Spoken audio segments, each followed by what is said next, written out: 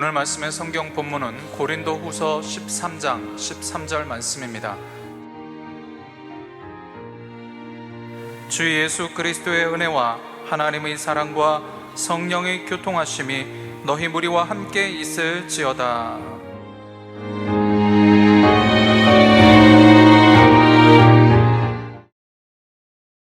최상 최고의 축복이란 제목으로 말씀해 드리겠습니다.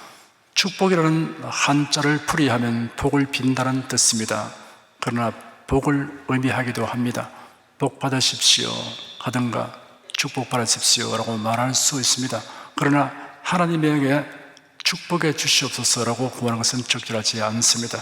하나님 복을 주시옵소서 라고 말해야 합니다. 하나님은 한 분이시며 복의 근원이시기 때문입니다. 사람은 피조물이므로 창조주신 하나님으로부터 복받기를 사모하고 간구하는 것이 당연합니다. 선하고 아름답습니다. 반면에 우상에게 복을 구하는 것은 하나님을 멸시하고 거역하는 죄입니다. 하나님이 인생에게 주시는 복은 능히 세울 수 없습니다. 그 중에서 최상 최고의 복으로 손꼽을 수 있는 것이 있습니다. 그 복이 오늘 본문에 기록되어 있습니다. 세 가지입니다. 첫째는 주 예수 그리스도의 은혜입니다. 일상 용어 중에 특히 그리스도인이 많이 사용하는 것들이 있습니다. 은혜라는 용어가 그 중에 하나입니다. 은혜 받았습니다. 은혜롭습니다. 은혜가 됩니다. 은혜롭게 합시다 라는 말을 흔히 사용합니다. 신약 성경을 기록한 원어는 헬라어입니다. 은혜라는 말은 헬라어로 카리스입니다. 카리스는 기뻐하다라는 의미를 가진 동사 카이로에서 유래되었습니다. 카리스는 어떤 사물 속에 포함되어 있는 것을 사람이 보거나 들으면 기쁨을 줄 때 사용한 용어입니다.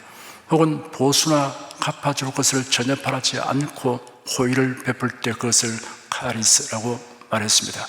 은혜라는 말은 우아함이나 매력을 의미하는 미적 개념과 함께 받을 자격이 전혀 없는 자기가 그저 주어지는 분에 넘치는 선물, 이런 개념이 내포되어 있습니다. 은혜라고 하면 우리가 대체로 어버이의 은혜, 스승의 은혜를 생각합니다.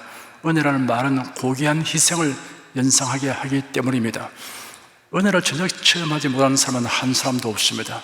다만 은혜를 깨닫지 못하는 사람, 은혜에 대한 고마움을 표현하지 않는 사람이 있을 뿐입니다. 은혜 받은 체험이 많고 은혜 받은 사실을 제대로 알며 그 은혜에 대한 고마움을 느끼는 사람은 복 있는 사람입니다. 사람이 반드시 알아야 하는 은혜가 있습니다. 그것은 예수 그리스도의 은혜입니다.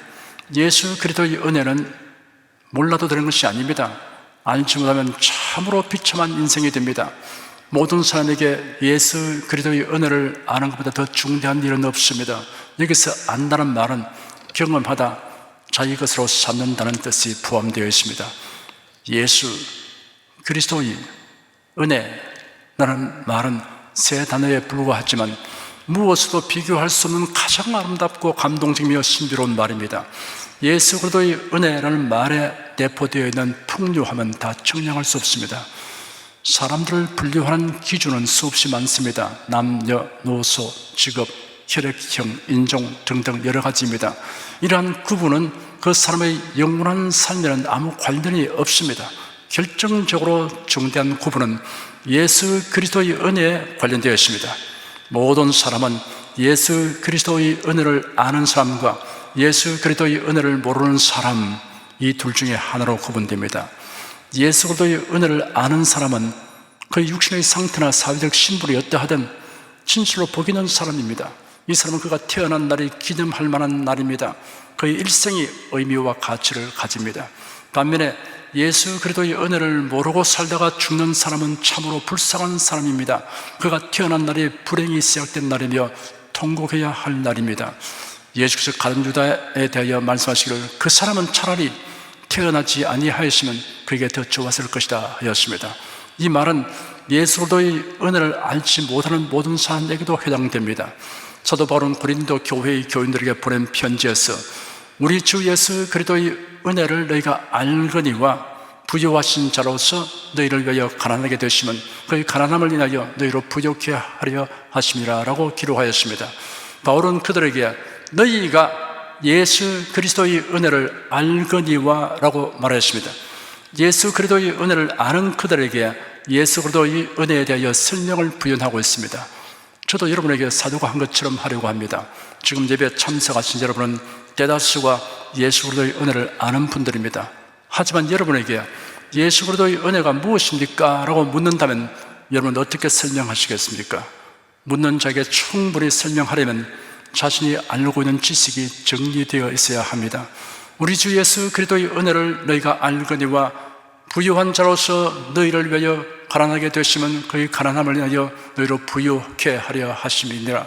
이 말씀에는 예수 그리스도의 은혜가 간단 명료하게 정리되어 있습니다. 예수 그리스도를 가리켜 원래 부유하신 자라고 하였습니다.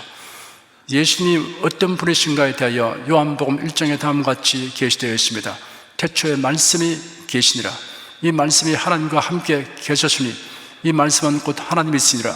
그가 태초에 하나님과 함께 계셨고 만물이 그로 말미암아 지은 바 되었으니 지은 것이 하나도 그가 없이는 된 것이 없느니라. 말씀의 육신이 되어 우리 가운데 거하시며 우리가 그 영광을 보니 아버지의 독생자의 영광이요 은혜와 진리가 충만하더라. 태초에 말씀이 계셨습니다.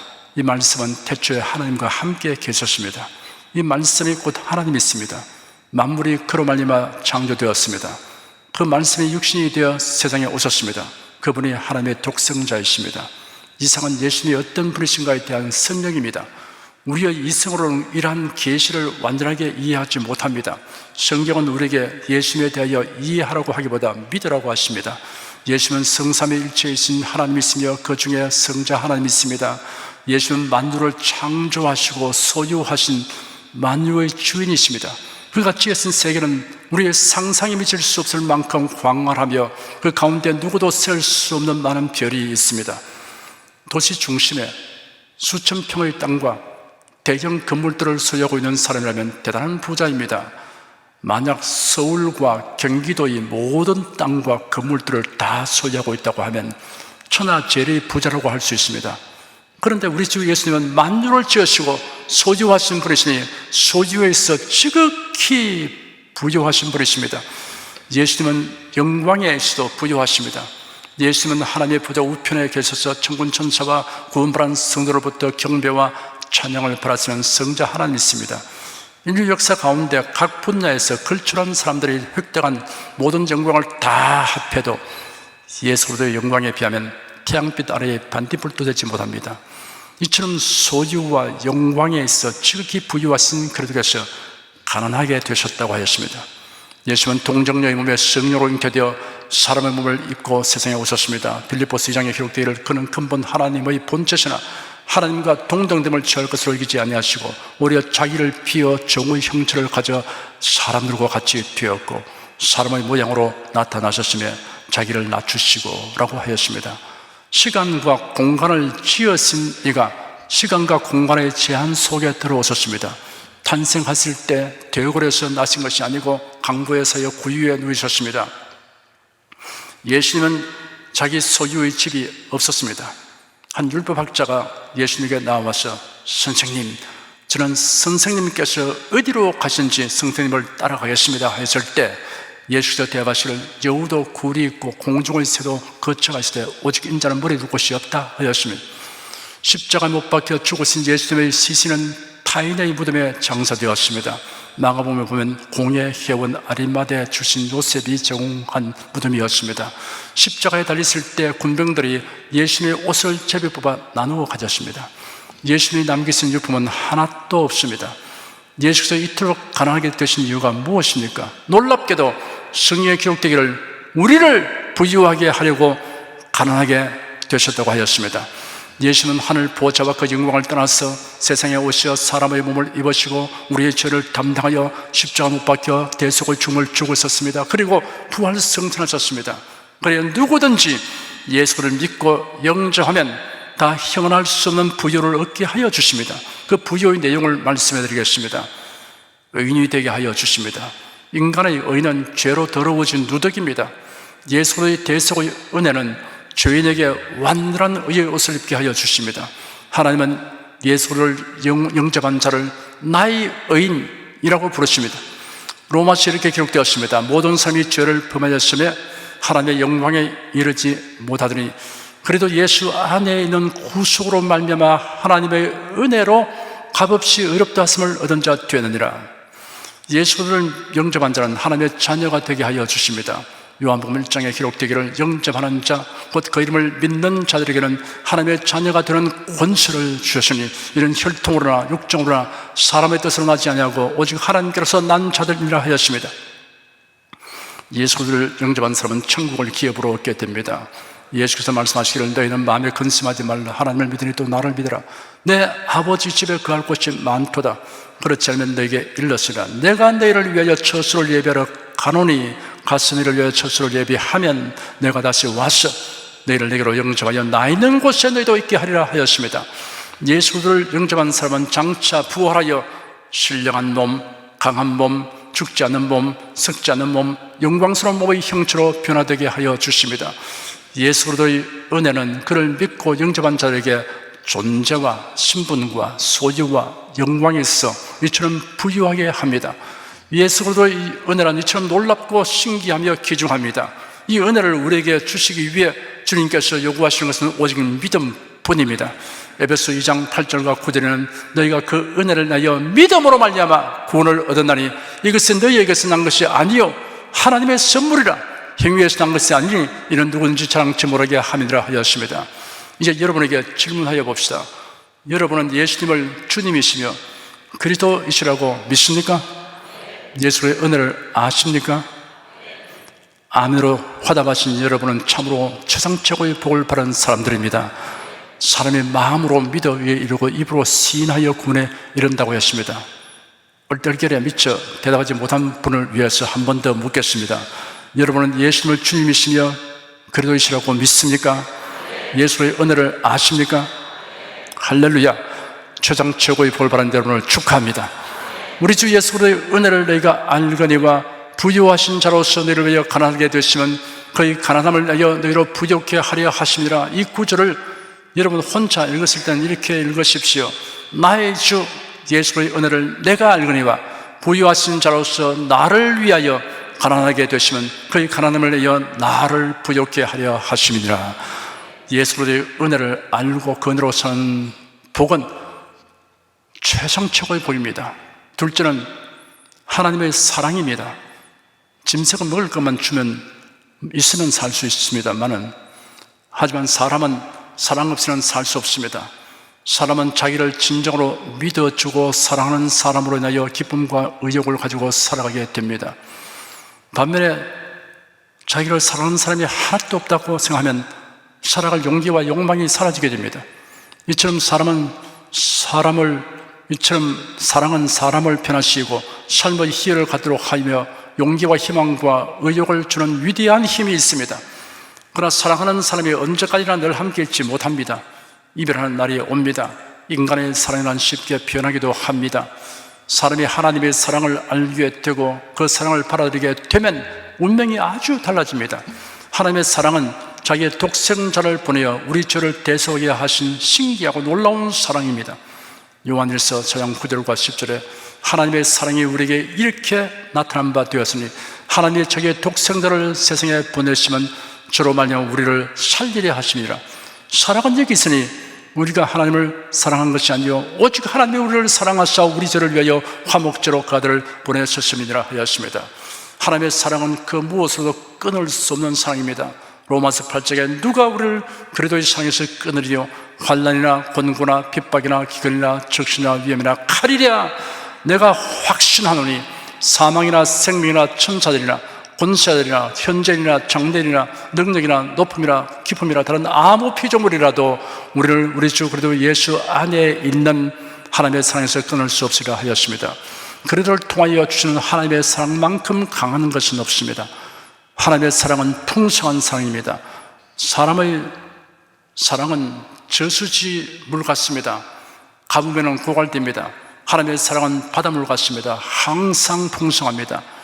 하늘을 두루마리 삼고 바다를 먹물 삼아도 한없는 하나님의 사랑 닭이로 갈 수 없겠네. 하나님의 크신 사랑 그 어찌 닿았을까. 저 하늘 높이 사도 채우지 못하리. 하나님의 사랑은 영원히 변치 않는 사랑입니다. 하나님의 사랑을 거부하고 하나님을 떠나가지 않는 이상 하나님께 버림받는 사람은 한 사람도 없습니다. 예수님이 체포될 때 저희들은 다 도망갔습니다. 몇 시간 전에 베드로는 너희가 다 나를 버릴 때가 온다고 하신 주님의 말씀을 듣고 주여 내가 주와 함께 오게도 죽는데도 가기를 준비하였나이다 라고 호언장담한 것이 생각났는지 체포되어 끌려가는 예수님을 멀찌감치 뒤따라갔습니다. 예수님이 참혹하게 신문받았던 현장에서 베드로는 너무나 겁이 나서 간이 콩할 만하게 되었습니다. 그때 한 여종이 베드로에게 다가와서 말하기를 당신도 갈릴리 사람 예수와 함께 있었죠? 아니 베드로가 사람들 앞에서 부인하여 말하기를 나는 네가 무슨 말을 하는지 모르겠다 하였습니다. 베드로가 자리를 옮겼는데 다른 여종이 베드로를 보고 이 사람은 나사렛 사람 예수와 함께 있었습니다 하였습니다. 베드로는 맹세하며 부인하기를 나는 그 사람을 모른다 하였습니다.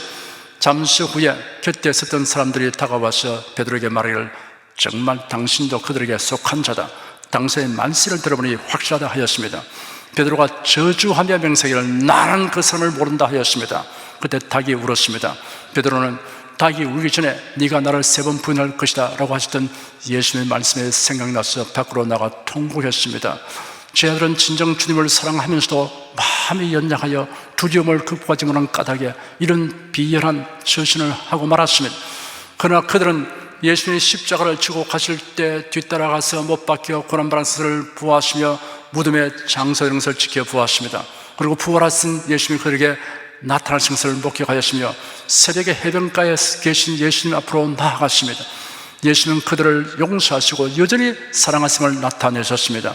가룟유다처럼 예수님을 배반하고 떠나가 버린 제자 외에는 모두 변치 않은 주님의 사랑을 입게 되었습니다. 신앙생활이란 하나님의 사랑을 탐구하는 생활입니다. 하나님의 사랑에 대한 체험과 깨달음에 비례하여 하나님이 주신 기쁨과 능력을 향유하게 됩니다. 그리도로 말미암은 하나님의 사랑의 넓이와 길이와 높이와 깊이가 어떠함을 깨닫는 만큼 하나님의 모든 충만하신 것으로 충만하게 됩니다. 셋째는 성령의 교통하심입니다. 교통이라고 번역된 원어는 코이노니아입니다. 코이노니아라는 말에는 교통, 교제, 동업, 참여 등의 뜻이 있습니다.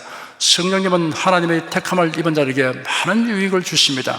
성령님은 하나님의 택함을 바라는 사람이 복음을 듣고 예수님을 영접하게 하여 주십니다. 바울 사도가 성령의 인도하심을 받아 아시아에서 유럽으로 건너갔습니다. 마게도니아의 빌립보로 갔습니다. 바울은 대체로 안식일에 유대인 회당을 찾아가서 전도했습니다. 그런데 빌립보에는 유대인들이 거의 없거나 시 당국이 승인하지 아니한 종교의 집회를 금지했던 것으로 인하여 유대인 회당이 없었습니다. 회당이 없는 경우에는 유대인들이 강가 또는 바닷가 근처에 기도처를 마련하는 것이 유대인의 관습이었습니다. 바울은 강가로 가서 거기에 모인 여자들에게 전도하였습니다. 회당은 남자가 적어도 10명은 있어야 만들 수 있는데 이곳은 유대인 남자들이 그 정도가 되지 못했던 것입니다. 유대인 여자들과 하나님을 경외하는 이방인들이 안식일에 강가에서 정기적인 기도의 모임을 가졌던 것으로 추정됩니다. 그곳에 모인 여인들 중에 루디아라고 하는 여인이 있었습니다. 두아디라 성의 자주장사라고 소개되고 있습니다. 두아디라 성 출신의 자주색 옷감을 파는 장사였다는 말입니다. 루디아는 두아디라 사람인데 이곳에 와서 사업을 하고 있는 것입니다.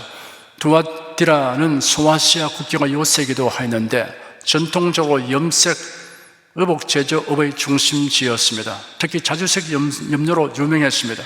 자주색 물감은 매우 값비싼 염료였습니다. 로마 귀족들은 자주색 옷감으로 겉옷을 만들어 입었습니다. 그러므로 자주 옷감 장사는 상당한 재력가였습니다.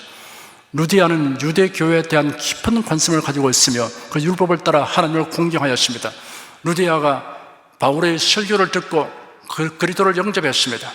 사도행전 16장 14절을 보면 두아디라 성의 자색 옷감 장사로서 하나님을 공경하는 루디아라 하는 한 여자가 말을 듣고 있을 때 주께서 그 마음을 열어 바울의 말을 청중하게 하신지라 라고 기록되어 있습니다.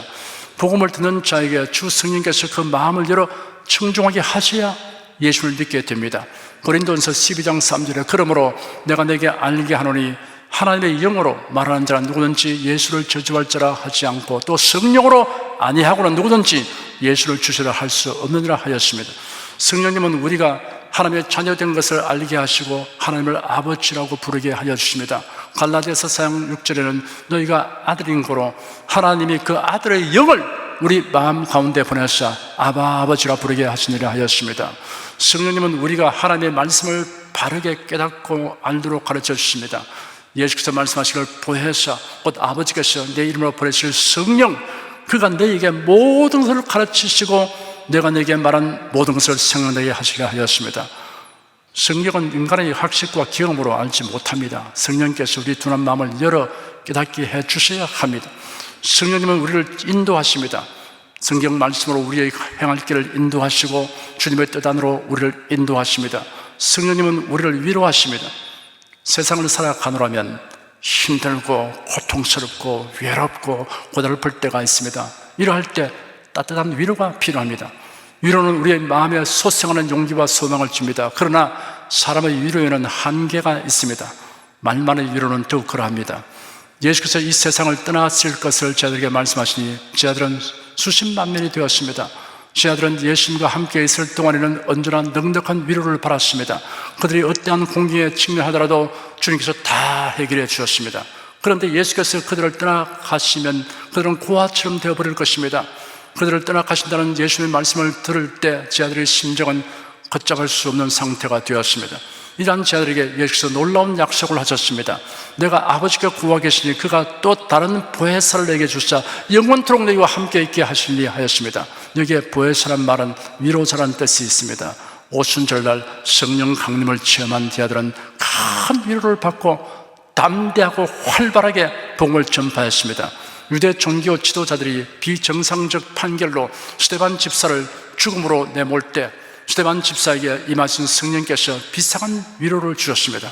스데반의 말을 듣고 마음에 찔린 유대인들이 스데반을 향해 이를 갈았습니다. 그때 스데반이 성령이 충만하여 하늘을 바라보니 하나님의 영광과 예수께서 하나님 우편의 생사를 보았습니다. 이를 본 스데반의 심령에 큰 위로가 임하였습니다. 사람들이 돌을 들어 그를 치니 스데반이 부르짖어 말하기를 주 예수님 내 영혼을 팔아주소서 하고 무릎을 꿇고 큰 소리로 외치기를 주님 이 죄를 저들에게 돌리지 말아 주시옵소서 하고 잠들었습니다. 바울은 성령님의 위로를 체험하고 매우 역설적인 간증을 하였습니다. 우리의 모든 환난 중에서 우리를 위로하사 우리로 하여금 하나님께 받는 위로로서 모든 환난 중에 있는 자들을 능히 위로하게 하신 이시로다 하였습니다. 하나님의 성령으로 말미암아 오는 위로는 세상 사람이 알지 모르는 깊고도 위대한 위로입니다. 이러한 위로가 사도 바울의 마음에 넘치게 되었습니다.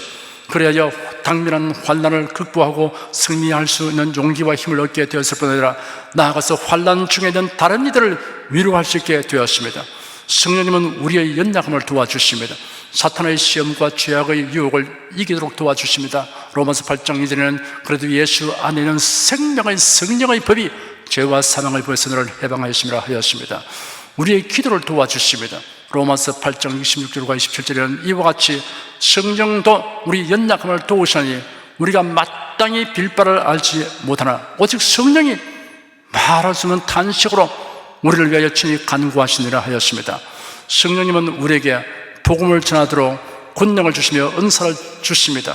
예수께서 말씀하시기를 오직 성령이 내게 임하시면 너희가 권능을 받고 예루살렘과 온 유대와 사마리아와 땅끝까지 이르러 내 증인이 되리라 하였습니다.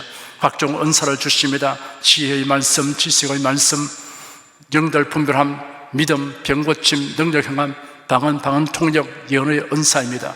성령님은 우리의 성품을 변화시켜 주십니다. 오직 성령의 열매는 사랑과 희락과 화평과 오래 참음과 자비와 양성과 충성과 온유와 철저히 이 같은 것을 금지할 법이 없느니라 하였습니다.